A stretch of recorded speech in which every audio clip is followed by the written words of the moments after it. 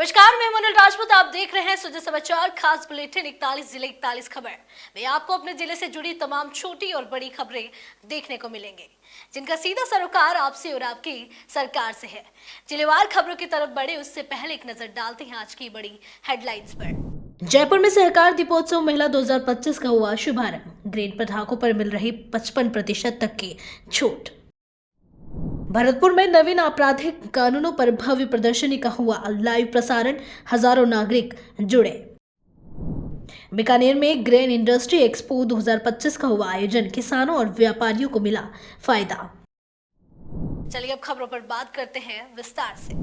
उदयपुर नगर निगम द्वारा आयोजित दीपावली मेला सोमवार रात रंगों और संगीत की धुनों से जगमगा उठा। नगर निगम आयुक्त श्री अभिषेक खन्ना ने बताया कि टाउन हॉल में हुए मेले की तीसरी शाम पूरी तरह से संगीत प्रेमियों के नाम रहे। इंडियन ओशियन बैंड के मंच पर आते ही दर्शकों ने तालियों और हूटिंग से जोरदार स्वागत किया। बैंड ने अपना मशहूर गीत झीनी गाकर शुरुआत की और फिर एक से बढ़कर एक गीतों से दर्शकों को झूमने पर मजबूर कर दिया।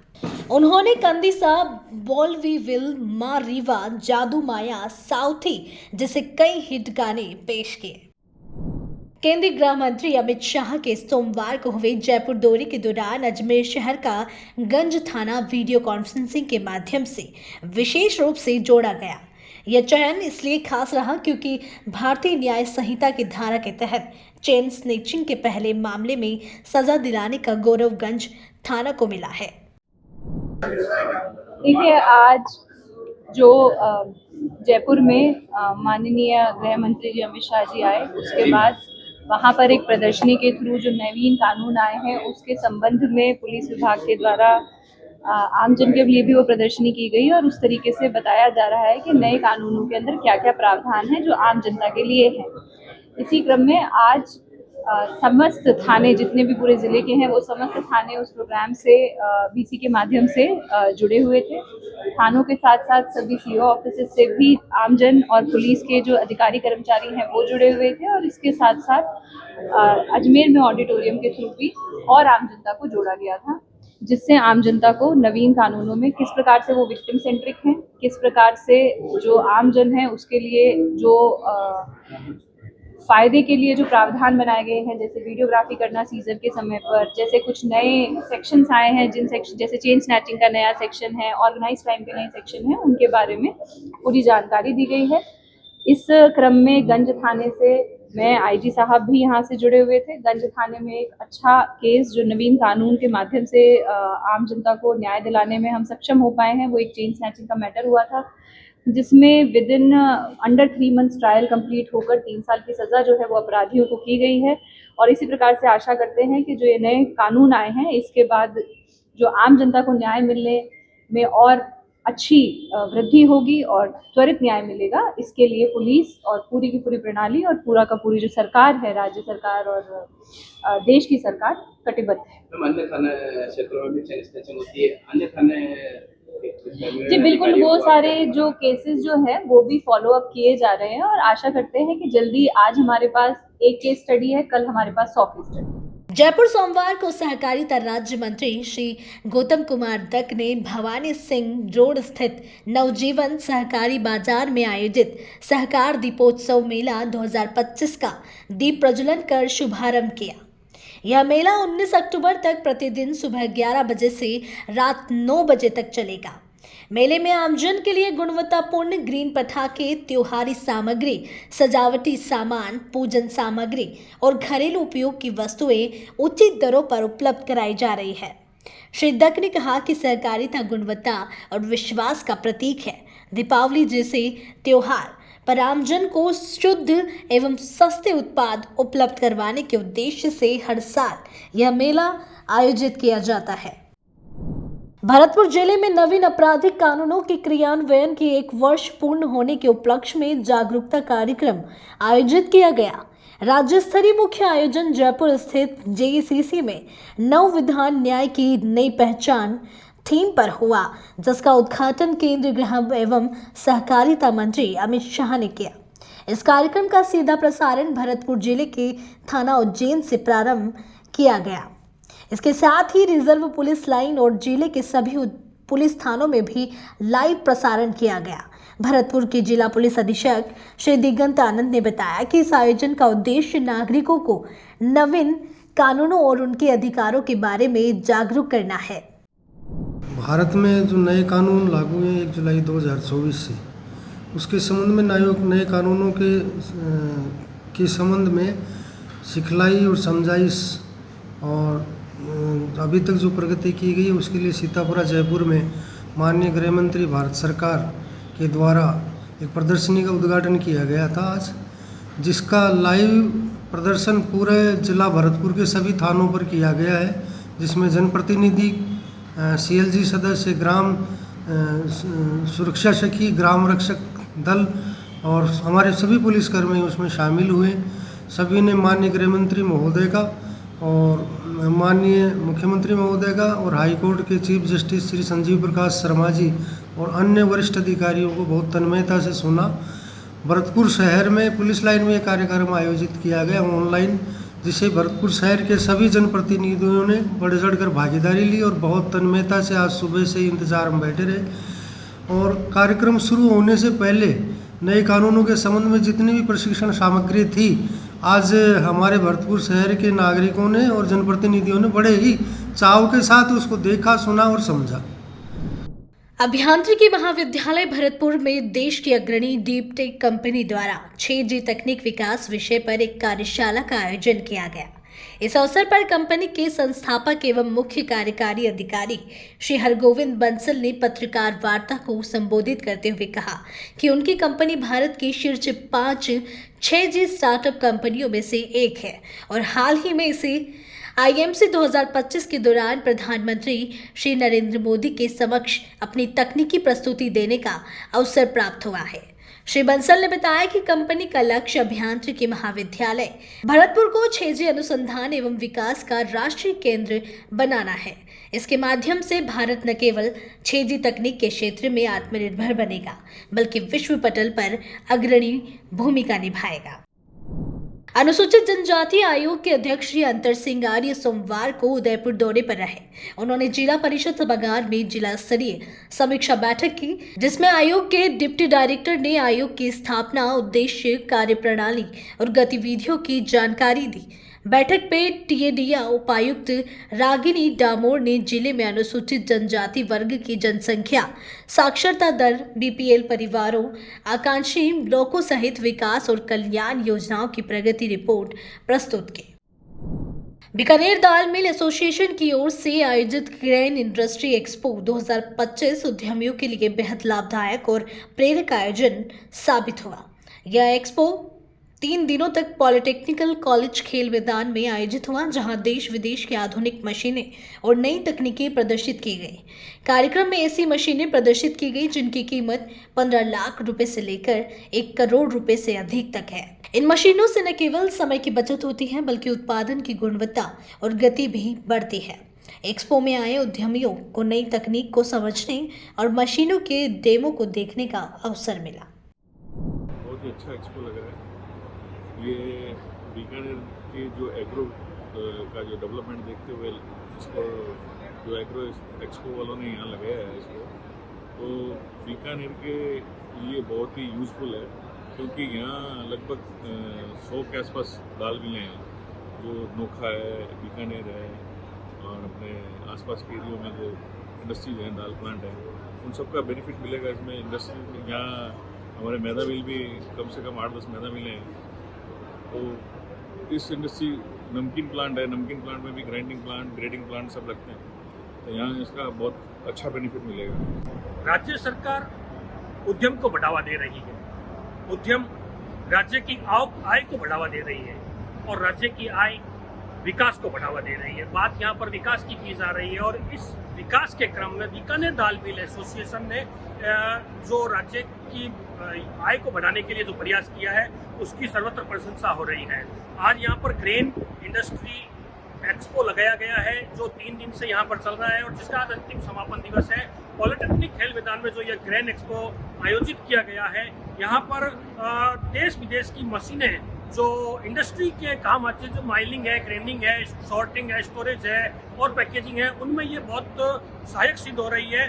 नो डाउट ये मशीनें बहुत महंगी हैं, लेकिन यहाँ के व्यापारियों को भी खूब पसंद आ रही है और इसकी प्रशंसा इसलिए भी की जा रही है क्योंकि एक जगह पर ये सब जो मशीनें उपलब्ध हुई है, इससे व्यापारियों को बहुत बड़ा लाभ हो रहा है। एक सस्ते दामों में अच्छी क्वालिटी की चीज यहाँ पर उपलब्ध हो रही है। तो यहाँ पर हमारे साथ में दाल मिल एसोसिएशन के अध्यक्ष भी हैं और बीकानेर के बड़े उद्यमी भी हैं जो दाल से संबंधित, ग्रेन से संबंधित कार्य करते हैं। उनसे हम पूछते हैं कि वो किस प्रकार से इस एक्सपो को लाभदायक मानते हैं और क्या कहना है उनका। तो जी सर, आप बताइए, जो ये एक्सपो लगी है उसके बारे में क्या कहना चाहेंगे?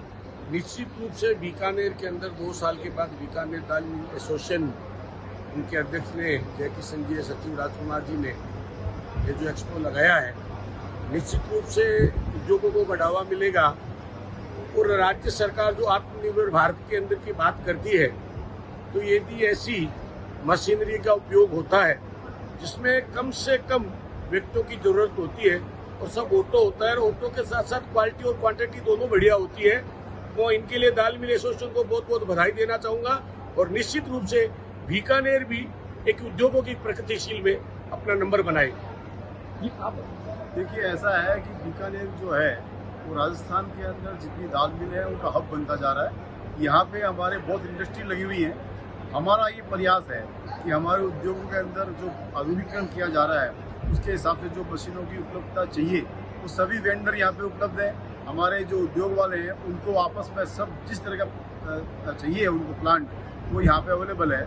2 साल पहले जब ये मशीन यहाँ पे लगी थी, इसका मेला लगा था, उसमें वेंडर ज़्यादा थे। इस पर पंजाब में बाढ़ की वजह से कुछ कम आ पाए हैं, लेकिन जितने भी आए हैं उन सबसे व्यापारियों को तो लाभ मिला ही है, साथ में वेंडर को भी एक साथ बीकानेर क्षेत्र के आसपास के लोग भी आकर विजिट कर रहे हैं, उससे उनको भी अपने यहाँ ग्राहक मिल रहा है। यह सब जो हो रहा है आधुनिकीकरण के साथ साथ जो माल बन रहा है, जो वस्तु बन रही है, जो उसका उत्पादन हो रहा है, वो बहुत ही शुद्ध और स्वच्छ हो रहा है। जैसे सॉर्टिंग मशीनें हैं या इंस्ट्रूमेंट मशीनें और नई नई आधुनिक मशीन लग रही हैं, उनका सब ये एक्सपो लग रहा है। 2 साल पहले जब यहाँ एक्सपो लगा था उसमें यहाँ पे दुकानें भी ज़्यादा थी और उसमें लोगों में उत्साह कुछ ज़्यादा था।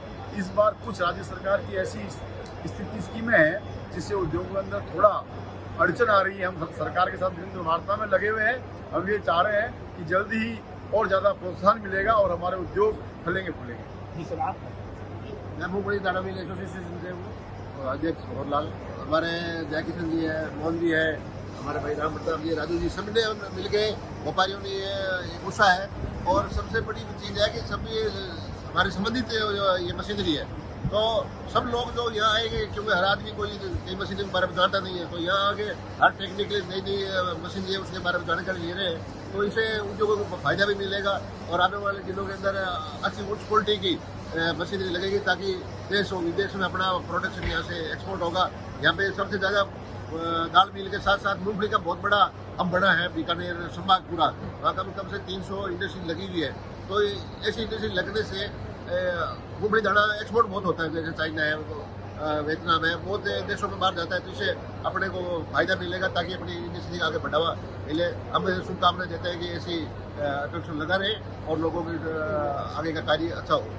राज्य की जनता को और राज्य सरकार को इस एक्सपो से और इस उद्देश्य से क्या बेनिफिट मिलेगा? सबसे पहले तो मैं बताऊं कि जो इस तरह के मेले लगते हैं, ये भारतीय संस्कृति में आज का विषय नहीं है। 200 साल पहले भी व्यापार, वाणिज्य और विपणन के यही साधन हुआ करते थे। आज के आधुनिक युग में ये बहुत प्रासंगिक है और जो आधुनिक तरह से लगते हैं उससे पूरे राज्य के जैसे एक रूप के नीचे सभी को एक स्थान पे क्रेता विक्रेता उपलब्ध हो रहे हैं। और हमारे जो प्रधानमंत्री जी का make in India, skill India और वोकल फॉर लोकल का जो नारा है वो ऐसे कार्यक्रमों के माध्यम से ही सफल होगा। आप हमारे साथ में और भी व्यापारी हैं, आप बताइए ये जो एक्सपो लगा है इसे क्या कहना चाहिए? सर, ये 3 दिवसीय एक एग्जीबिशन रहा है जो हमारी दाल mill association, peanut mill association, oil mill association और बीकानेर उद्योग संघ की बहुत ज़्यादा सपोर्ट से ये एग्जीबिशन हुआ है और इन्होंने हमें बहुत ज़्यादा सहयोग किया और एक बहुत बड़ी और डेवलपिंग मार्केट है, तो इसको देखकर हमने इस एग्जीबिशन को यहाँ पे किया है और सर ने हमें यहाँ बुलाया, एक प्रोत्साहन दिया और उसकी वजह से एग्जीबिशन बहुत सक्सेस हुआ है। 3 दिन का एग्जीबिशन है जिसमें 3000 से ज़्यादा लोगों ने इसमें विजिट किया है और इसके अंदर सर 63 कंपनी हैं जो पार्टिसिपेट कर रही हैं और हर किसी से मैं जाके पर्सनली मैंने पूछा कि कैसा रहा है आपके लिए, कि कैसा है, तो हर किसी ने बोला कि बीकानेर के लोगों ने हमें बहुत ज़्यादा प्रोत्साहन किया इस चीज़ के लिए और आने वाले टाइम में यहाँ पे और ज़्यादा इंडस्ट्री लगने की संभावना है। तो उसको देखते हुए तो और भी कंपनियां हैं जो नेक्स्ट टाइम जब होगा तो और ज़्यादा कंपनियों के साथ एग्जीबिशन होगा। इस तरह से जो व्यापारी कह रहे हैं कि यहाँ पर बहुत विपुल संभावनाएं हैं, इनसे पूछते हैं ये क्या कहना चाहेंगे। ये 100 जो आपने लगाया है यहाँ पे, इससे बहुत बड़ा इंडस्ट्री को फायदा होगा क्योंकि मल्टीपल तरह तरह की यहाँ पे इंडस्ट्री लगी हुई है। हमारे यहाँ मूंगफली दाना की बहुत सारी यूनिटें लगी हुई है जिसको नई नई टेक्नोलॉजी का फायदा मिलेगा। आजकल टेक्नोलॉजी का ज़माना है, टेक्नोलॉजी मस्ट है, टेक्नोलॉजी होगी तभी तो हम आगे बढ़ पाएंगे। एक्सपोर्ट का भी बहुत बड़ा यहाँ पे मतलब उम्मीद है। जैसे मान लीजिए दाल मिल है, गोटा मिल है, इसका भी और वीट की भी बहुत सारी यहाँ पे यूनिटें लगी हुई है। सभी यूनिट में टेक्नोलॉजी की अभी कमी दिखी गई है जो यहाँ पे अभी पूरी हो सकती है। ऐसे एक्सपो लगते हैं तो नई नई टेक्नोलॉजी यहाँ आती है, उस टेक्नोलॉजी का लोगों को फायदा मिलता है। इंडस्ट्री वाले सारे यहाँ आके नई नई चीज़ें देख पाते हैं। जो जिसके काम की चीज़ है वो अब आप सब लगा पाएंगे। तो इस तरह से आप देखा जा सकता है कि जो बीकानेर राज्य सरकार की योजना में पंचगौरव में यहाँ का मोट शामिल है और मोट से यहाँ पे भुजिया बनता है और यहाँ का भुजिया पूरे विश्व में प्रसिद्ध है। अब साथ में यहाँ पर मूंगफली भी जो पानी की एक खेती से होती है और उसका भी एक बहुत बड़ा यहाँ पर उत्पादन केंद्र बन गया है। इसमें कहा जा सकता है कि ये जो एक्सपो लग रहे हैं ये इसमें मील का पत्थर साबित होंगे और जो उद्योगों को बढ़ावा देने वाले साबित होंगे और राज्य सरकार को भी निश्चित तौर से फायदा देंगे। व्यापारी भी यही चाहते हैं कि यहाँ की जो सरकार है वो अगर थोड़ा और सहयोग करे, सहयोग तो कर ही रही है, और सहयोग करे तो इंडस्ट्री को 4 चांद भी लग सकते हैं और राजस्थान अग्रणी राज्यों में शामिल हो सकता है देश की। मैं सुजस राजस्थान के लिए नरेश कुमार। अजमेर दक्षिण विधानसभा क्षेत्र में विकास कार्यों की गति लगातार बढ़ रही है। क्षेत्र के विधायक श्रीमती अनीता बदेल ने वार्ड नंबर 25 में कई नई सड़कों के निर्माण कार्यों का शिलान्यास कर स्थानीय निवासियों को बड़ी सौगात दी है। विधायक बदेल ने कहा कि अजमेर दक्षिण क्षेत्र में जन सुविधाओं को प्राथमिकता दी जा रही है। हमारा प्रयास है कि हर वार्ड में सड़क, नाली, प्रकाश और पेयजल जैसी मूलभूत सुविधाएं पूरी तरह सुदृढ़ हो। स्थानीय लोगों ने खुशी जाहिर करते हुए कहा कि इन सड़कों के बनने से आवागमन में सुविधा होगी और बरसात के दिनों की दिक्कतों से राहत मिलेगी। वार्ड नंबर 25 में जो अजय नगर की ओर हम घूमते हैं तो अजय नगर के मोड़ से जो फर्स्ट गली आती है उसकी स्थिति जो है सड़क की सीसी रोड पहले से बनाया था हमने, लेकिन अभी उस रोड की स्थिति बहुत खराब हो गई है। इसलिए 20 लाख रुपए की लागत से ये रोड हमने विधायक कोष से स्वीकृत की है। इसमें ये मुख्य मार्ग तो बनने ही बनने वाला है, इसके साथ में 2 गलियां और अतिरिक्त बनने वाली हैं जो भी बहुत ज़्यादा क्षतिग्रस्त है। तो इस पूरे कार्य के लिए 20 लाख रुपए की विधायक कोष से राशि स्वीकृत की गई है जिसका आज शिलान्यास हुआ है। मुझे लगता है कि दिवाली के आसपास आते आते हम जितनी रोड्स हैं, जितनी नालियां हैं, उन सब का शिलान्यास करेंगे और उसके बाद में नए निर्माण प्रारंभ होंगे। तो नए वर्ष उनकी जो सौगात मिलने वाली है, नए वर्ष पर मुझे नहीं लगता कि कोई सड़क शेष रहने वाली है। सभी सड़कों का नवनिर्माण होकर के लोगों को मूलभूत सुविधा के नाते से हम ये सुविधा उपलब्ध कराएंगे। केंद्रीय गृह मंत्री श्री अमित शाह ने जयपुर में नए आपराधिक कानूनों पर प्रदर्शनी का उद्घाटन किया और इस अवसर पर अपने महत्वपूर्ण संबोधन का सीधा प्रसारण किया गया। यह प्रसारण नसीराबाद उपखंड कार्यालय सभागार सहित सदर पुलिस थाना परिसर में भी दिखाया गया, जहां बड़ी संख्या में अधिकारी और स्थानीय नागरिक उपस्थित रहे। कार्यक्रम का उद्देश्य जन सामान्य को नए कानूनों की जानकारी और उनकी उपयोगिता से अवगत कराना था। नसीराबाद में आकाश ऊर्जा सोलर सर्विस प्राइवेट लिमिटेड के नए कार्यालय का विधिवत शुभारंभ किया गया। कार्यक्रम में मुख्य अतिथि अजमेर दक्षिण विधायक अनीता बदेल, टाटा पावर के सीईओ श्री सुनील कुमार शर्मा और चॉयल ग्रुप के डायरेक्टर श्री RS चॉयल ने फीता काटकर और दीप प्रज्वलन कर कार्यालय का उद्घाटन किया। विधायक अनीता बदेल ने अपने संबोधन में कहा कि सौर ऊर्जा भविष्य की जरूरत है। यह पहल न केवल पर्यावरण संरक्षण में योगदान देगी बल्कि लोगों की ऊर्जा लागत को भी कम करेंगे। खेतड़ी पंचायत समिति परिसर में नवीन आपराधिक कानूनों के क्रियान्वयन और प्रचार प्रसार को लेकर एक जागरूकता कार्यक्रम आयोजित किया गया। कार्यक्रम का उद्घाटन केंद्रीय गृह मंत्री श्री अमित शाह ने जयपुर से वीडियो कॉन्फ्रेंसिंग के माध्यम से किया। एसएचओ श्री कैलाश शर्मा ने बताया कि नए कानूनों में महिलाओं, बच्चों और आमजन के अधिकारों की सुरक्षा को विशेष महत्व दिया गया है। साथ ही अपराध की डिजिटल जांच, वीडियो साक्ष्य और समयबद्ध न्याय प्रक्रिया को प्राथमिकता दी गई है। थली में नरसिंह मंदिर पर सामाजिक कुरीतियों के खिलाफ गुर्जर समाज और सर्व समाज द्वारा विशाल सभा का आयोजन किया गया। सभा के मुख्य अतिथि श्री नांगल चौधरी रहे। चेयरमैन श्री राजेश रावत ने बताया कि गुर्जर समाज ने 11 बिंदुओं पर निर्णय लिया और सामाजिक कुरीतियों का बहिष्कार किया। चेयरमैन श्री रावत ने बताया कि हमीरावास में कल होने वाले दशोठन कार्यक्रम को भी स्थगित कर दिया गया, जिसे सर्व समाज ने सराहना और धन्यवाद के साथ स्वीकार किया। मंडावा पुलिस थाना परिसर में नवीन आपराधिक कानूनों के क्रियान्वयन और उनके प्रचार प्रसार को लेकर एक जागरूकता कार्यक्रम आयोजित किया गया। कार्यक्रम का उद्घाटन केंद्रीय गृह मंत्री श्री अमित शाह ने जयपुर से वीडियो कॉन्फ्रेंसिंग के माध्यम से किया। एसएचओ श्री रामनिवास ने बताया कि नए कानूनों में महिलाओं, बच्चों और आमजन के अधिकारों की सुरक्षा पर विशेष ध्यान दिया गया है। प्रधानमंत्री श्री नरेंद्र मोदी के नेतृत्व और मुख्यमंत्री श्री वजनलाल शर्मा की सक्रिय भागीदारी से किसान अब खुशहाल है। न्यूनतम समर्थन मूल्य की बढ़ोतरी से उनकी आमदनी बढ़ी है। वहीं जीएसटी कटौती के कारण अन्नदाता अब ट्रैक्टर और अन्य कृषि उपकरण भी आसानी से खरीद पा रहे हैं। त्योहारी सीजन में किसान और व्यापारी दोनों इसका फायदा महसूस कर रहे हैं। लोग इसे सिर्फ सरकार के फैसले के रूप में नहीं देख रहे, बल्कि प्रधानमंत्री श्री मोदी का दिल से आभार भी व्यक्त कर रहे हैं। हम सुरेंद्र जी, राम पक्का सारना जी, आज नो ट्रैक्टर लेने लग रहे हैं।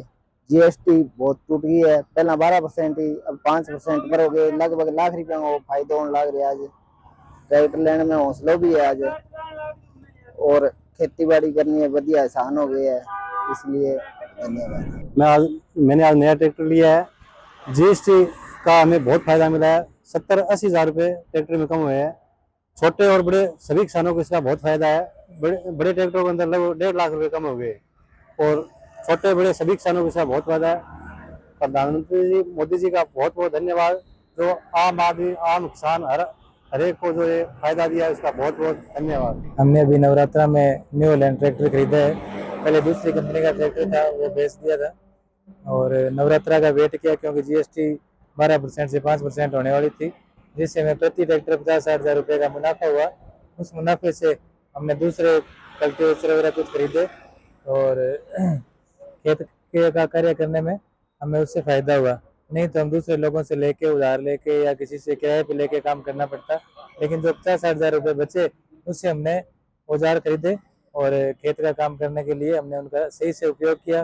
मोदी जी का बहुत बहुत धन्यवाद, जो उन्होंने जीएसटी 12 से 5% की से 50-60 हज़ार रुपये, हम छोटे किसानों के लिए इतने रुपए काफ़ी होते हैं। अगर मैं जीएसटी की बात करूं तो पिछले साल जो 12% जीएसटी थी, और नवरात्रि की जो सीजन था, क्योंकि अभी नवरात्रि से कंपेयर कर रहे हैं, तो नवरात्रि में पिछले साल 65 ट्रैक्टर बिके थे, और इस साल जो जीएसटी घट के 7% घटी है, उससे ये सेल जो है बढ़ के अब 10 दिन में मात्र 102 ट्रैक्टर की सेल हुई है।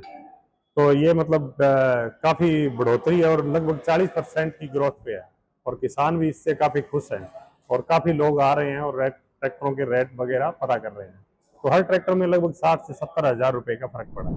आज भारत दुनिया में अपने गुणवत्तापूर्ण और विश्व स्तरीय उत्पादों के लिए पहचान बना रहा है। हमारी स्वदेशी स्पेस टेक्नोलॉजी के जरिए दुनिया भर के उपग्रह सफलतापूर्वक लॉन्च किए जा रहे हैं। ऊर्जा मंत्री श्री हीरालाल नागर ने भारतीय मानक ब्यूरो के विश्व मानक दिवस समारोह में मुख्य अतिथि के रूप में कहा कि हमें अपने जीवन में मानकों का पालन करना चाहिए। उन्होंने जोर देकर कहा कि गुणवत्ता और मानकों पर आधारित जीवन ही हमें विश्व गुरु बनने में मदद करेगा। मंत्री नागर ने स्वदेशी उत्पादों के महत्व पर भी प्रकाश डाला। उन्होंने कहा कि प्रधानमंत्री श्री नरेंद्र मोदी के मेक इन इंडिया, स्वदेशी आत्मनिर्भर भारत और लोकल फॉर वोकल जैसे आह्वानों का पालन करना हमारी जिम्मेदारी है। तो हमें यही बहुत आवश्यकता है कि हम एक अपने जीवन को जीने के तरीके में भी कोई स्टैंडर्ड एक तय करें कि कैसे हमें जीना है। और इसी तरह से अपनी जीवन शैली को बनाए। और उस तरह का अगर हमें हमारे जो संस्कार रहे, हमें जो हमारे पूर्वजों का जिस तरह का हमारा देश का इतिहास रहा है, वो एक बहुत ही ऐसा हमारा इतिहास है कि हम एक बहुत गुणवत्ता के साथ अपना जीवन जीते थे और उसके आधार पर भारत एक पूरे विश्व में सोने की चिड़िया कहलाता था। और उसका कारण यही था कि हमारे यहाँ पर हमारे ऋषि मुनियों, हमारे जीवन जीने का तरीका था, हमारे यहाँ पर हमारे कितने पुराने ऐसे जो शिक्षा के केंद्र थे, वो सब पूरे विश्व में जब नहीं था, जब भारत में थे। आज उसको हमारे देश में जो आया, यहाँ पर विदेशी आए, आतताई आए, आतंककारी आए और उन्होंने उनको नष्ट किया हमारे केंद्रों को। और आज हमारा देश जिस तरह से अन्य विश्व स्तरीय उत्पादों में पिछड़ गया, हमें ये इस बात की बहुत आवश्यकता है कि हम ऐसे उत्पाद बनाएं जो हमारे विश्व स्तरीय उत्पाद हो और उससे भारत आगे बढ़े। उसके लिए हमारे देश के प्रधानमंत्री जी का निरंतर हमारे पूरे देश को एक आह्वान रहता है कि हम मेक इन इंडिया को प्राथमिकता दें, मेड इन इंडिया की तरफ हमें झुके और उसका उपयोग भी हम बढ़ाएं। आज हम कई ऐसी वस्तुएं हमारे दैनिक जीवन में उपभोग में लाते हैं जिनको हम ये मानते हैं कि विदेशी में बनी हुई चीजें ज्यादा अच्छी है, बेहतर है और उनका उपयोग हम करते हैं। और उसका नतीजा ये होता है कि हमारी देश की अर्थव्यवस्था को उसकी वजह से जो जितना धक्का लगता है, हमें अगर हमारे देश में बने उत्पादों को हम उपभोग करना शुरू कर दें, उसकी तरफ हमारे देश का जो लोकल फॉर वोकल है, हमारा अगर इस तरफ ध्यान आकर्षित हो जाए और उपयोग चालू कर दें, तो हमारे देश को बढ़ने में बहुत कम समय लगेगा। इतना बड़ा 140 करोड़ देशवासी है, जो हमारा कंजम्पशन है वो एक बहुत बड़ा है। लेकिन हमारे दैनिक उपयोग की वस्तुएं आप देख लो, हम अपने बाथरूम में कितने विदेशी सामान रखते हैं, ये सबसे बड़ा नमूना है। अगर हम अपनी उन वस्तुओं को देश में बने मानक के आधार पर वो अच्छी वस्तुएं जो हमारे देश की है अगर उपभोग बढ़ा दे, तो मैं कहता हूं कि यहाँ के उत्पादक जो है वो अपना उत्पादन बढ़ाएंगे, उनका कुछ प्रॉफिट होगा, तो वो और बेहतर उत्पाद अपने उन्हीं उद्योगों से जब सेल बढ़ेगी तो वो करना चालू करेंगे। लेकिन आज की स्थिति में हमारी स्थिति जो है उस पर हम सबको आवश्यकता है कि हम एक ऐसे मानक के आधार पर अपने उत्पादों को बनाएं जो विश्व स्तर पर खरे उतरे और विश्व को मात देने की स्थिति में आ जाएंगे, तो हमारा देश जो तीसरी अर्थव्यवस्था की बात अभी राकेश जी जैन कर रहे थे और हमारे देश के प्रधानमंत्री जी का भी जो सपना है वो हम पूरा करने में निश्चित रूप से बहुत जल्दी हम अपनी भूमिका निभा सकते हैं। हम एक ऐसा मानक जो BIS है उसकी जगह हम अपनी मतलब वो BIS अपनी जगह, लेकिन अपने जीवन में भी अपन अपने आप को खरा उतरने के लिए हर जगह पे, हर उत्पाद पे, हर प्रोडक्शन पे एक ऐसा स्टैंडर्ड चालू कर दे कि हम इससे नीचे नहीं, इससे बेहतर बनाएंगे, तो निश्चित रूप से हमारा देश दिनों दिन प्रगति करेगा। अभी मैं आपको बताना चाहूंगा कि मेरी विधानसभा में कई दिनों से लगभग पिछले 1 मास से निरंतर मैं व्यस्तता की वजह से दौरे नहीं कर पा रहा था, लेकिन मैंने अपने दौरे बढ़ाए, अपनी वहां पर निरीक्षण किए, तो जिस तरह से हमारे यहाँ निर्माण में जो चाहे वो सरकारी हो या कैसे भी हो, लेकिन उनमें जो गुणवत्ता की कमी मैंने देखी है वो हमारे देश का भविष्य है। बच्चे उनके स्कूल हैं, हमने देखा है कि किस तरह से हमारा जो झालावाड़ में जो हादसा हुआ पूरे देश को उस पर निश्चित रूप से शर्मिंदगी होनी पड़ी राजस्थान को। तो ऐसी चीजें को हमें हमारे स्टैंडर्ड बनाना पड़ेगा। राज्य सरकार के निर्देशानुसार नगरपालिका सांचौर क्षेत्र में चल रहे शहरी सेवा शिविरों से आम नागरिकों को सीधे लाभ मिल रहा है। इन शिविरों में बिजली, पानी, सड़क, जन्म मृत्यु प्रमाण पत्र, विवाह पंजीयन सहित कई सेवाएं एक ही जगह उपलब्ध कराई जा रही है। नगरपालिका अधिशासी अधिकारी श्री त्रिकमदान चारण के नेतृत्व में भूमि पट्टे भी तेजी से जारी किए जा रहे हैं। अब तक जारी पट्टों से नगरपालिका को लगभग 2.5 से 3 करोड़ रुपए की आय होने का अनुमान है। साथ ही 26 म्यूटेशन पत्र भी दिए गए हैं।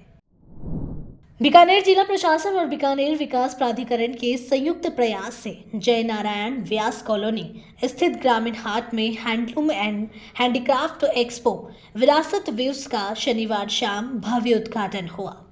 उद्घाटन समारोह में संभागीय आयुक्त श्री विश्राम मीना और जिला कलेक्टर श्रीमती नम्रता वृष्टि मुख्य अतिथि रहे।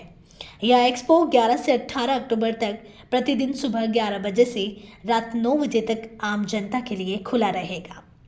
मेले में देश के 13 राज्यों से आए हैंडलूम और हैंडीक्राफ्ट के 42 स्टॉल लगाए गए हैं। जिला कलेक्टर और अन्य अधिकारी भी उत्पाद खरीदकर कलाकारों को प्रोत्साहित करते दिखे। हमारा ये, क्योंकि जितना मैंने इतने दिन में बीकानेर को समझा है, मुझे लगा यहाँ के लोगों में कला और संस्कृति के प्रति जो है बहुत ज़्यादा एक अंडरस्टैंडिंग है और एक अच्छा पर्सपेक्टिव है।